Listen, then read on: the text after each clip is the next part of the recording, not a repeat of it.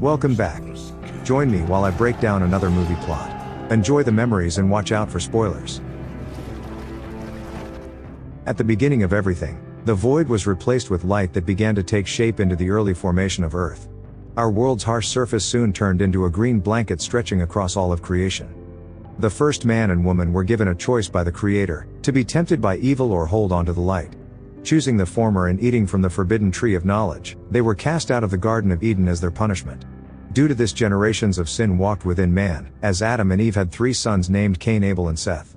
Cain bludgeoned Abel to death and fled to take up shelter with a group of fallen angels called the Watchers. They taught him how to build cities, leading his descendants to spread throughout the world, replacing all of nature. Only the offspring of the third brother Seth remained tasked with protecting what God has created, and after many generations only 2 still remain. The film begins with a father named Lamech passing down a holy artifact to the last descendant of Seth, Noah. The precious heirloom's the serpent skin from the Garden of Eden and has been passed down through their family. Suddenly Lamech notices a large crowd approaching and tells his son Noah to hide behind a rock. The army's led by a young king named Tubal-cain, who finds the soil in the area to his liking and begins to make plans to mine it. The descendant of Cain knows who Lamech is and takes the artifact for himself, before striking his rival down with an axe, declaring the Seth bloodline no more, not realizing he has a child who runs away unseen.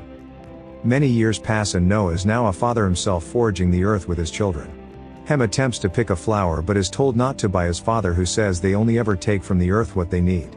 Just then Noah witnesses a small miracle, when a raindrop falls out of the sky on a clear day and instantly grows a flower. When they start leaving, a scaled canine runs past them in distress, so Shem watches over Ham while Noah goes to inspect it, finding it to be mortally wounded with an arrowhead stuck in its side. 3 hunters approach to claim their kill and attack Noah as he looks like an easy target, but using the arrowhead he kills the first, then the hunter's spear to kill the rest. The father and his 2 sons return home late to Noah's wife Naameh and their infant child Japheth. That night while dreaming, Noah has a vision of the mountain his grandfather lives on and a great flood covering the earth. He sees this as a message from God to speak with his grandfather and that the world will soon be destroyed, so the next morning Noah and his family collect their things and begin a journey to seek the old man's guidance.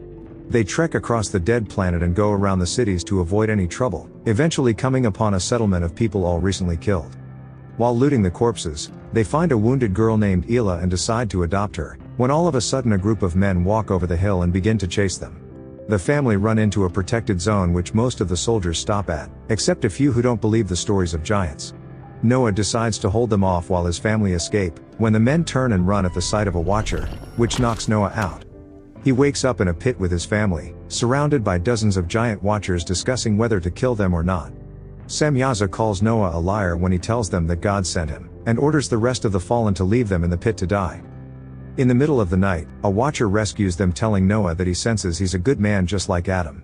He says watchers were once beings of light, but for interfering with creation and trying to help the humans they were punished into their current forms. They still decided to help mankind, but after learning everything they could, the humans turned on the watchers, enslaving and killing them. Og says they owe Noah, since the only person who helped them at this time was Noah's grandfather Methuselah, who aided with a burning sword, killing leagues at a time. They reach the base of his mountain and set up camp, before Noah and Shem begin the climb, leaving Og to protect the others. The 2 find Methuselah living in a cave in the side of the mountain, and he meets his grandson for the first time, before putting him to sleep with a touch. Sharing a cup of tea together, Noah begins to have another vision where he sees the great flood again, but this time all the animals swim up to an ark for refuge.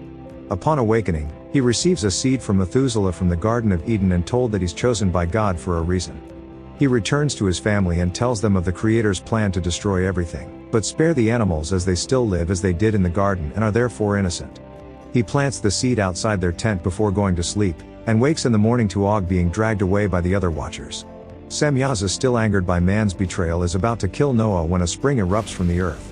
It extends out, creating a network of streams in all directions, and a forest instantly grows around them, providing all the wood they will need to build the ark. The miracle convinces all of the watchers that Noah is indeed chosen by the Creator for the task, and they vow to help him, as the rivers continue to extend across the land, turning the wasteland into a lush source of life. Animals begin to follow the streams from all across the kingdom, leading them directly to Noah and his ark, as 8 years is shown to have passed and the ark nears completion. Nearby, Shem and Elah are now in a relationship and see 2 of every species of bird fly overhead, as they are the first animal to enter the ark and settle into their new nests. Noah shows Naameh an incense that puts the animals to sleep for ease of transport, and the family dispense the fumes throughout the entire vessel. During the sedation, Noah tells Japheth about 2 birds that will mate when the waters dry up, being overheard by his second eldest Ham. When he confronts his father about the skewed ratio of boys to girls, Noah just tells him that the Lord will provide. Meanwhile, the next creatures to enter the ark are snakes, lizards, insects, all the creeps, crawls and slithers of the land. While out foraging, Ham is attacked by a stranger but saved by Tubal-cain. Leading a horde of about 200 men, he takes Ham and approaches the ark. He declares himself king of the land, when Noah recognizes one of his phrases as said by the man who killed his father. He outs himself as the son of Lamech, making Tubal-cain clutch the serpent artifact still attached to him all these years later. When he threatens Noah, the watches rise up to protect him, so the king vows that he will have a place on the ark, and says that if he turns them away he will return with legions. As his army creates weapons nearby in preparation for the attack, all the beasts of the land pass and approach the ark before being put to sleep with the incense by the family, except for a few stragglers who the surrounding settlers eat. Later on, Elah comes to Noah and tells him that she can't bear children because she's barren, making Noah disguise himself and sneak into the human camp in order to find 3 women for his sons. He finds females being traded for food and the crowded population living in filthy conditions, fighting each other to the death for anything they can eat.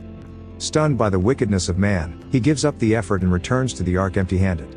He tells Ham that there will be no women for him, so the desperate man runs away to search the camp himself, as his fathers now become convinced God wishes the entire human race to come to an end, including themselves. Naameh, refusing to accept this, travels up Methuselah's mountain to ask for his help, which he agrees to aid in a very unexpected way. Elah goes into the forest in pursuit of Ham but comes across Methuselah searching for berries. He gives her his blessing as a grandfather and touches her belly, curing her barrenness, which, feeling the rush, she instantly mounts Shem. While searching through the people at the camp, Ham falls into a pit filled with corpses and finds a scared girl inside named Nile. After some convincing that he's not like the others, she agrees to go, when suddenly the rains begin and they race through the forest back to the ark, as Tubal-cain and his army finish preparations and begin to march on the ark themselves. Shem and Elah make it back in time, but as the other 2 run through the forest, Nile's foot gets maimed by an animal trap.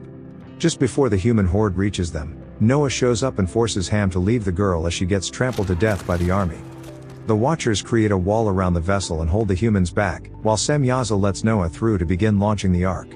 They remain behind to sacrifice themselves fighting the endless human waves, and when Tubal-cain manages to use a firework launcher and spear to bring down Semyaza, the Watcher explodes, sending the king flying and being spirited away to heaven. The Watchers see that their creator has forgiven them and begin to fight on until they each begin to burst into their original forms and return to heaven. As the humans pour through the gaps in the defense and board the ark, Noah waits on the outside and holds them off. Og's the final Watcher, holding off the humans as he says goodbye to the son of Adam, then rips his own chest open and explodes in one final attack. A wounded Tubal-cain regains consciousness and sneaks onto the side of the ark, as geysers burst from the ground and begin to consume his remaining soldiers. Methuselah chooses to stay behind and is consumed by the coming floods, as the whole world is now shown to be under heavy raincloud. The flood hits the ark from all directions as Noah remains outside holding onto the vessel by a rope. Tubal-cain hacks his way with an axe into the vessel and avoids drowning, as the ark floats to the surface and Noah makes his way inside. Shortly after, they hear screaming for help as survivors cling to the top of a mountain outside, but despite having the room, Noah refuses to throw out ropes, claiming that there isn't any. Shem begins to help Tubal-cain in secret as the still wounded king eats the wildlife to regain his strength, while telling his belief that man was put on earth to hold dominion over beasts. He plays on Ham's anger toward Noah for leaving Nile and countless other children to die, festering a hatred towards his own father. One day Elah wakes up feeling ill and goes to Naameh, who deduces that she is pregnant, but Noah gets mad seeing it as a defiance of God and goes outside to ask his creator for guidance. At this exact moment the rain stops, which Elah thinks is because God smiles upon the pregnancy, but Noah tells them that if it's a boy he will replace Japheth as the last man, but if it's a girl he'll kill her upon birth, believing it to be a test of his faith. Months later, and Elah is now nearing the end of her pregnancy. She and Shem are getting ready to leave on a raft to escape father's wrath, as Noah's plan has driven his second eldest closer to evil over the recent months. Tubal-cain has manipulated Shem into killing Noah for the sake of the unborn child, and they begin to enact their plan. As Shem and Elah are just about to leave, Noah discovers their escape and sets the raft on fire just as Elah begins to go into labor. Shem lures his father into the rear of the ark under the lie that the animals have begun to eat themselves, when Tubal-cain leaps at him and they begin to engage in a fight. With Naameh's assistance, Elah gives birth to twin girls which Shem promises to protect. As Ham watches the two sons of Adam go back and forth, he approaches with a knife, when the ark hits a mountain and the whole group are thrown across the vessel. The king's left seriously injured by the crash, but before Noah can finish him off, he's jumped by Shem wanting to protect his daughters and knocked to the ground. A recovered Tubal-cain knocks Shem out and attempts to kill Noah with a rock like Cain himself, when a repentant Ham stabs him in the back with a kill shot. The dying king's proud of the killer and gives Ham the serpent artifact, telling him that now he's a man before dropping dead. Noah begins searching the ark for the newborns and finds them on top of the vessel, where Elah pleads for a moment to calm the two before they die. She begins to sing the song that Noah once sang to her as a child, and he decides not to go through with it, telling his creator that he cannot finish the task, as a dove of peace is shown flying overhead. After 7 months and 17 days, the waters recede, exposing an island that the ark settles on, and the family begin to start over. Noah makes wine with grapes and becomes a drunkard, living in a cave away from his family, believing to have failed his creator's request of killing everyone. Shem builds a home for his wife and child, while his brother Ham decides it's time for him to leave. Still angry at Noah for what happened to Nile, he visits his cave and finds his father lying naked and unconscious. Noah calls out for Ham as Shem and Japheth cover him with a blanket, but he just throws him the holy artifact and walks away. He says his final goodbyes to Elah, telling her that he's glad the world begins with her daughters, before leaving never to be seen again. Elah confronts Noah on why he allowed his grandchildren to survive, to which he says he felt only love upon seeing them and couldn't do it. Elah tells him perhaps God's intention in the first place was to give him the choice, and since he chose mercy, he proved he's a good man. Feeling more justified in his insane actions, Noah decides to rejoin his family. He reconciles with Naameh in her garden and she forgives him. Shortly after, they all stand on the edge of a cliff and Noah blesses them with the holy artifact. He tells them to be fruitful and multiply, then looks up to see the Creator send out a rainbow covering all of the earth. And the movie ends.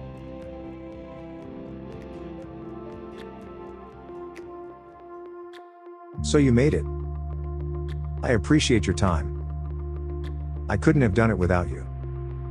Tell your mother I said thanks.